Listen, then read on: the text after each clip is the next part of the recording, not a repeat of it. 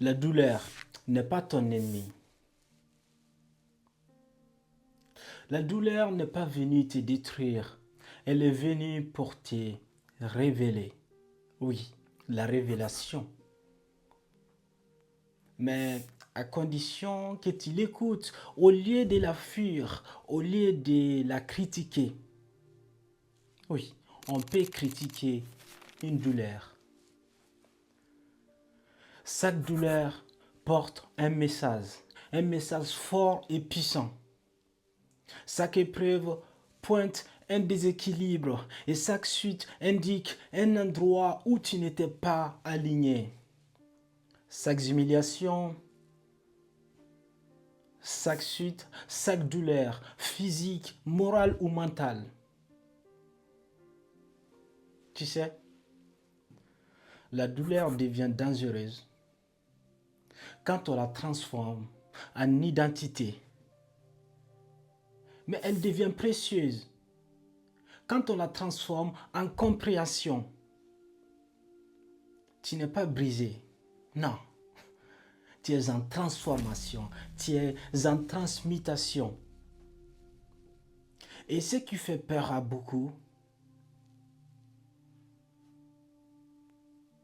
ce n'est pas la douleur.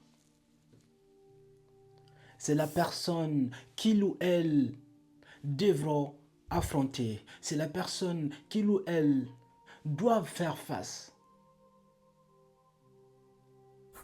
C'est la personne qu'il ou elle devront devenir après.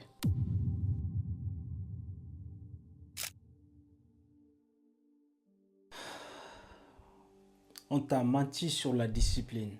On a menti sur la discipline. On t'a fait croire que la discipline, c'est une prison, que c'est une punition, que c'est une vie froide, sans plaisir, sans respiration. Mais la vérité, c'est que l'indiscipline est une prison. Et la plupart des gens ne s'en rendent même pas compte. Regarde autour de toi. Les gens disent, je fais ce que je veux, mais leur envie les tolère. Mais leur envie les contrôle. Leur rumeur les contrôle.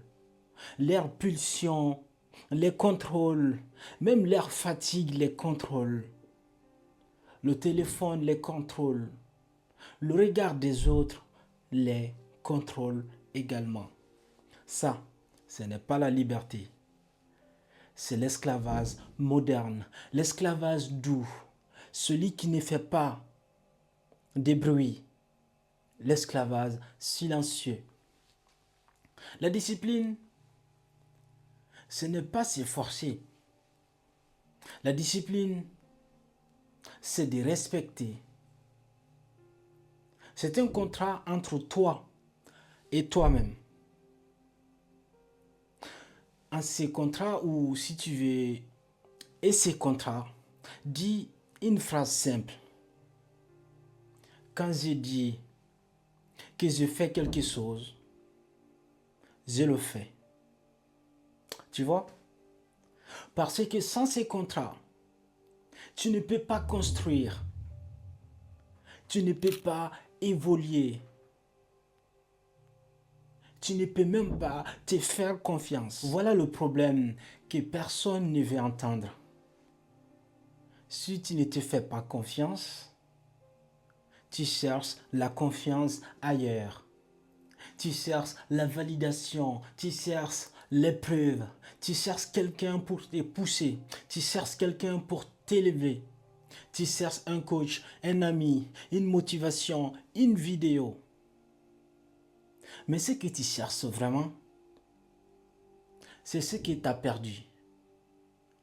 Ta parole. Et la discipline la récupère. Tu vois, c'est pas compliqué. La discipline, c'est la preuve quotidienne que tu es vivant intérieurement, que tu ne subis pas, que tu conduis. Tu es un driver. Tu sais pourquoi les gens échouent? Ce n'est pas parce qu'ils sont incapables. c'est parce qu'ils négocient avec eux-mêmes chaque jour, chaque matin et chaque soir. Je commence demain. Je fais une pause. Oh, je le ferai quand j'aurai de l'énergie. Je mérite un petit plaisir quand même. Je suis fatigué, tu vois. Toutes ces négociations. Et la vie passe, le temps passe pendant qu'ils négocient. La discipline, c'est arrêter la négociation, c'est décider une fois et exécuter pendant longtemps. C'est vrai que ça a l'air simple de dire comme ça. Mais il te faut cet effort. Tu veux une méthode simple? Pas un système compliqué, pas une règle. Une discipline est égale à un rituel. Et un rituel doit être si petit au début qu'il ne peut pas échouer. Pas 2 heures. Non. Pas 10 habitudes à la fois. Une et une seule. 10 minutes de marche, 10 minutes de lecture, 10 minutes de silence, 10 minutes d'écriture, 10 minutes de travail concentré, 10 minutes de prière. Tu fais ça tous les jours, même quand tu n'as pas envie. Et au bout d'un moment, tu sais quoi? Tu n'as plus besoin d'envie, tout simplement. Parce que la discipline remplace l'envie. La discipline devient ton moteur et l'envie devient un bonus, pas une condition. Et là, tu comprends une chose. La motivation, elle est instable. Mais la discipline, elle est une identité. Tu vois? Tu ne dis plus, je vais essayer. Tu dis, c'est ce que je suis.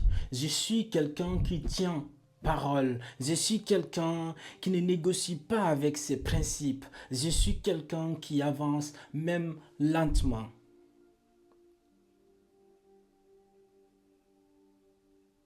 Ce monde est multiple, mais le sens est un et unique. Agis comme si tu étais vu par l'unique. Tu deviens ce que tu tolères. Personne ne te l'a dit, mais tu es déjà en train de devenir quelqu'un. Même si tu n'as encore rien décidé, chaque jour, sans t'en rendre compte, tu votes pour la personne que tu seras demain. Parce que tu acceptes, parce que tu repousses, parce que tu tolères. Le vrai danger, ce n'est pas de souffrir. Le vrai danger, c'est de s'habituer. Beaucoup de gens ne ratent pas leur vie. Ils la laissent simplement glisser. Ils se réveillent un jour avec une existence qu'ils n'ont jamais consciemment choisie. Le temps avance, que tu sois prêt ou non. Plus le temps avance, plus ce que tu tolères devient la norme et devient ta norme. Une relation tiède, un travail vide de sens, une discipline absente, mais aussi une vérité qu'on évite. On ne cite pas d'un coup, mais non, on descend lentement, presque confortablement. Tu te rappelles de la théorie de la grenouille dans une casserole?